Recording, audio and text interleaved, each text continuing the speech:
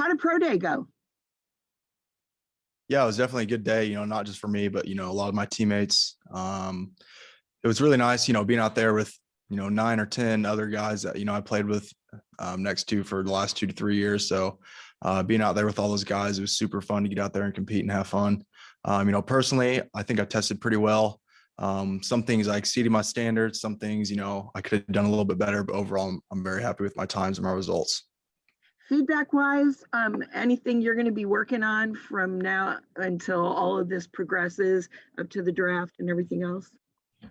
Yeah, I definitely talked to a few coaches, a few scouts after we were done doing all the drills, and they just really emphasize, you can't ever be flexible enough, especially at the edge position that I play.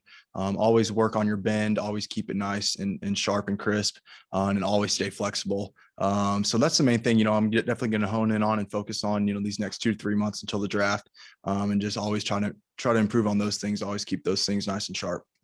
And lastly, is that what makes pro day invaluable, to get to see where you fit in, to see the feedback you get and where you have to go from now until then?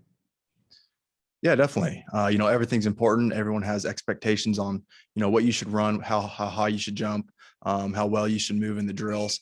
But overall, I think it did really well. Like I said, some things I exceeded my standards, some things, I could have done a little bit better. But overall, I'm definitely very happy. And I think I did really well in my position work. Thank you. Thank you. Let's go next to Sully Ingalls. Yo, Wyatt. How you doing, man? Good. How are you? Good, dude. Thanks. Looking just at your Twitter right now, you quote tweeted Jim Nagy about 7 hours ago, and he said, one of the most underrated prospects in the 21 draft. And I think that's fairly, a good way to describe it, because you're just dominant on the field all the time. Even if the numbers don't show it always. Can you talk a little bit about that and just that mindset you're taking going into the draft and training for it? Yeah, definitely. I don't have the length that, guys want out of a defense end or outside backer. Every single player has their own type of limitation, whether it's length, height, speed. I definitely have a lot of things that a lot of other players don't have. My football IQ, my knowledge of the game, something that, exceeds a lot of players, a lot of guys in this draft class, just how smart I am on the field, how many different positions I've played, and how experienced I am at multiple different positions. So that's the main thing that sets me apart, being able to play a lot of different positions and communicate and know my role at many different positions. So that's one thing that sets me apart. And, like I said, every other player has their limitations as well. So, going into this whole draft process and, continuing within the next 2 to 3 months and getting ready for the draft, I definitely have a chip on my shoulder. Definitely want to be the best player I can be and exceed myself past the other edge rushers in this draft class. Yeah, no doubt about it, man. And also just your preparation for the draft. I know a couple years ago, Dalton went out to California, Dalton Reisner, kind of got that ready. Do you have a plan? Are you going to head out that way, bring the guitar, hang out, and kind of just get ready? Yeah, my plan right now is, definitely stick around in Manhattan, stay in shape here. I might head down to Atlanta for, 2 to 3 weeks and work with Chuck Smith on my pass rush. Like I said, previously always working on my bend and my flexibility. That's something that's very focused and honed in with him, and something that he's, one of the masters as, keeping you flexible, keeping your bend as an edge rusher, and definitely always improving your pass rush. So I'll definitely head down to Atlanta for a few weeks and work with him and definitely get ready for rookie mini camp and OTAs. Cool. Thanks, man. Let's go next to Kellis Robinette. Hey, Wyatt, what would you say your expectations are so far for the draft? Is there any special feedback you got that makes you think you know where you might land yet, or what round you might go in? Yeah, well, you definitely get a lot of feedback. A lot of guys shoot you straight. A lot of guys, tell you things that may not be true. So there's a lot of things you can believe, but a lot of things you shouldn't believe. Honestly, I really try not to focus whole on that. It's just going to be a blessing no matter what round I get, I'll be able to go in. Some say, 2 to 3, some say 3 to 4 or 5, it's a wide, variety of projections on where I'll land. And like I said, the earlier is definitely the better, no doubt about it. But I'm definitely gonna be very blessed and fortunate no matter what round I end up going in. But obviously, the goal is just keep working hard, keep impressing scouts and coaches, and try to go as high as possible. Is there any one thing you really wanted to show the scouts today that you were good at and impress them with? Yeah, one thing, that's always been, a specialty of mine is how quick I am laterally. So definitely I wanted to go out there and prove myself. prove to them, you know, how quick I was in my shuttle, my short shuttle and my L drill. And I think I ran a very well times on both of those drills.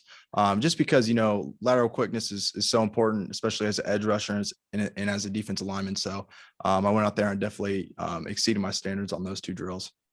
Cool. Thanks, Wyatt. Thank you. Let's go next to Mark Lane.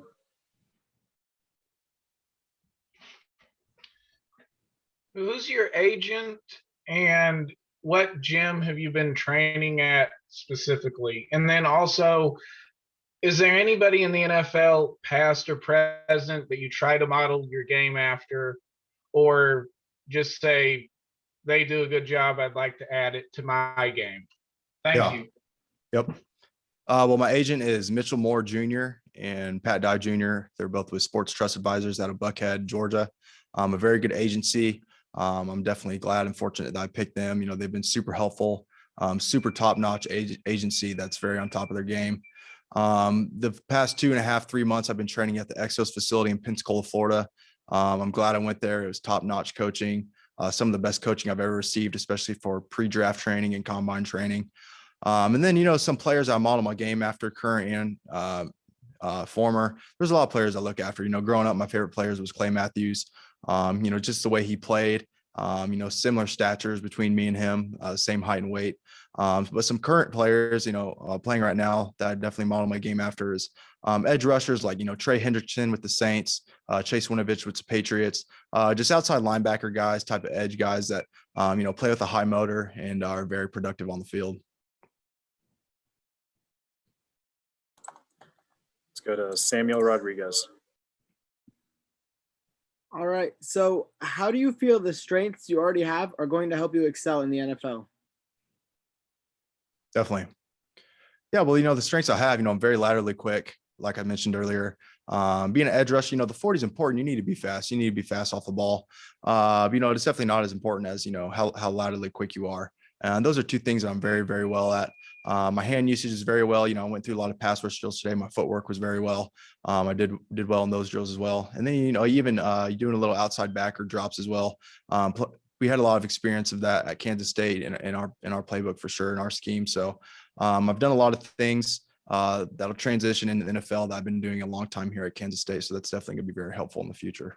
And then do you have any words of advice for the younger generation trying to go on this journey to get to the league? Definitely, you know, the main thing, you know, going through this whole process, you know, going through, you know, interview training at Exos, going through the Senior Bowl and all those interviews with all those scouts and coaches. Then, you know, being here, you know, the biggest advice I have for college players, you know, going into that want to play in the NFL in the future years is, you know, what you do, what you choose to do off the field and the decisions you make off the field are just as important on what you do on the field. If you're a good person, you take care of business both on and off the field, you know, you're definitely going to raise your stock and you're going to be that much more attractive to teams versus, you know, if you're getting in trouble, if you're making bad decisions off the field, that's definitely going to hurt you in a lot of ways. And because coaches, you know, they don't want to deal with the immature type of guy. They don't want to deal with outside problems. They want to deal with a professional. You know, this is a professional business. It's a professional football league. So if you can be a professional on the field and off the field, that will definitely help you out in the future. All right. Thank you. Let's go to Tyler Jeffries. Hey, Wyatt, how are you doing? Good. How are you doing? I'm doing good, man. Hey, I just want to say congratulations on, you know, the upcoming week. You're about to get drafted in a few weeks. And I just want to know how you're feeling and where your mindset is right now. And also, you know, you have a lot of accolades that you've been doing. You had 13 tackles for a loss this year and you had 8.5 sacks, you know, both career highs for you. Are you going to keep that momentum? What are you going to do to keep that momentum going forward, going into, you know, a pros league and, you know, keep you motivated for how explosive you are as a player? Definitely. We know, like I said, there's a lot of things that in college that are definitely going to translate into the NFL. So that's one thing I'm super blessed and fortunate that we did here at Kansas State. We ran a very NFL style type of defense. And even though we ran a 4-2-5 defense here at Kansas State, the 2 defensive ends on the edges here at Kansas State were definitely hybrid type of DNs, outside linebacker type of DNs. And that's what I'll most likely be playing, you know, at the next level is outside backer. So, you know, a lot of similarities from college to NFL will definitely be a transition for sure. But, you know, the biggest thing I'm looking forward to, you know, once I get on a team and, with the veterans on the team is definitely, one thing that I love to do with football, no matter how successful, how many accolades I have, is definitely always keep improving and keep learning. Being in the NFL, there's definitely going to be a lot of different ways to watch film, how to watch film, how to study NFL pro style type of offenses. And that's the main thing I'm looking forward to, is sitting down with those vets and, learning from them and them teaching me certain things about the NFL, what to do, what not to do. Just always expanding my knowledge on the NFL game. Let's go next to Herb Ethiopia. Hey, Wyatt, thanks for taking the time here to chat with us. A couple of questions here for you. What do you think, the first one, what do you think is your biggest regret from not being able to compete in Indianapolis because there was no actual combine this year and you were invited? Yeah, it definitely sucked, not being able to go to Indianapolis and competing with, a bunch of the top 300, best players in college football. Being in the edge group, there was a lot of, this is a very strong class with the edge guys, a lot of very talented guys. I actually trained with a lot of top-notch edge guys, and that pushed me and made me better.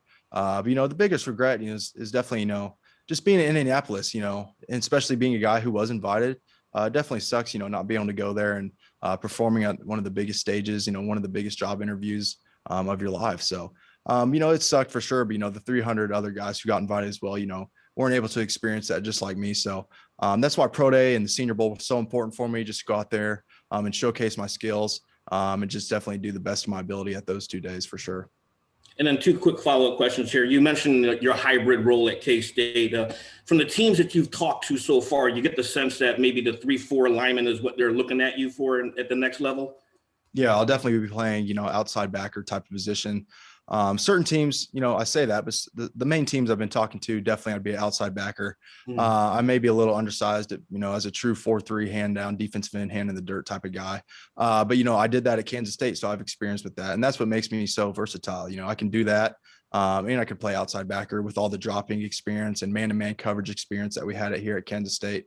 Like I said, the defense we ran here at Kansas State was so similar to NFL, style type of defense. So that's just one thing I'm super blessed and fortunate to have done here at Kansas State. And my final question, I have to ask this because it's an obligatory question for me. I covered the Chiefs for the Kansas City Star. Have you had any conversations with the Chiefs? And what would it mean to you as a Kansas kid if you were to stay local and play at Arrowhead? Yeah, I've had 2 conversations so far with the Chiefs. I have another one, I believe, this Friday. So, playing at Kansas City, that'd be super awesome a super awesome place to be at, especially how successful they are right now. And they're definitely going to be successful, the next years down the road for sure. With Coach Reed being there, being an awesome coach, and, teams with, such a good quarterback like Mahomes. He's a great player, and having a good quarterback on a team usually means success. So even, with the defensive ends and the whole defense at Kansas City, playing there would be truly an awesome experience, being underneath guys like Frank Clark. That'd be so awesome to learn from a vet like him. So, I'm definitely gonna be fortunate and blessed wherever I end up going. But, the Chiefs would be awesome as well, just because I grew up an hour from the Chiefs, and that'd be a super awesome experience. Go last to Paul Gant. Wyatt, how are you, sir? Dude, good. How are you doing? Doing well. So when did you realize that you could play in the NFL, that you had the ability, the skills to play in the NFL? Did it happen this season? Did it happen? When did that happen for you? Yeah, growing up and, going through high school and college, football was always my number one passion. I always loved football. I always loved going out there and competing. Being in the team environment was something I always loved, being a leader and stepping up and leading other guys to be successful. But at Kansas State, I really, started to believe in myself that I could play at the next level after my redshirt freshman year. I started 8 of the 12 games as a redshirt freshman. I got freshman All-American, and that was definitely a big boost of confidence that I had. It really raised my eyebrows and really gave me that confidence and, self-confidence in myself that, if I, take these next 2 or 3 years seriously and ball out and just increase my stats and increase my leadership and my, my overall football skills every single year, I'll definitely have a chance. Sitting here now and accomplishing, small goals every single step by a time, definitely here. And, I've been preparing and training so hard. I know, just like anyone else, getting ready for this whole thing, definitely trying to impress the teams, physically and mentally in the classroom. But, definitely, I always believed myself, always knew I could do it. Now I just got to go out there once I'm on a team and just show out in the NFL. Best of luck to you. Thank you so much. Sneak one more in here, Griffin Floyd. Hey Wyatt, so you said that you're looking at playing 3-4 defensive end in the NFL. What teams have you talked to in that respect so far? Yeah, so a lot of the teams I've talked to, that was every time they, a lot of the teams in NFL, they would always ask, well, Wyatt, do you have any questions for us? And one question I always asked, do you guys run a 3-4 defense, a 4-3? What's your defensive line, fronts and schemes like? And it seems like most of the teams, say we run both 4-3 and 3-4. So every team, every defense runs a little bit of everything. But some of the teams that really run a true 3-4, teams like the Cardinals, the Bengals, those are two big teams I've been talking to, especially two teams I'd be playing outside backer for. But then a few teams I've been talking to that run true 4-3s with a hand in the dirt type of defensive end. There's a lot of teams like that as well. But like I say, being at Kansas State and playing a mixture of both the 3-4D and a 4-3 defensive end with hand in the ground, very experienced at both positions. So I'm definitely thankful for that.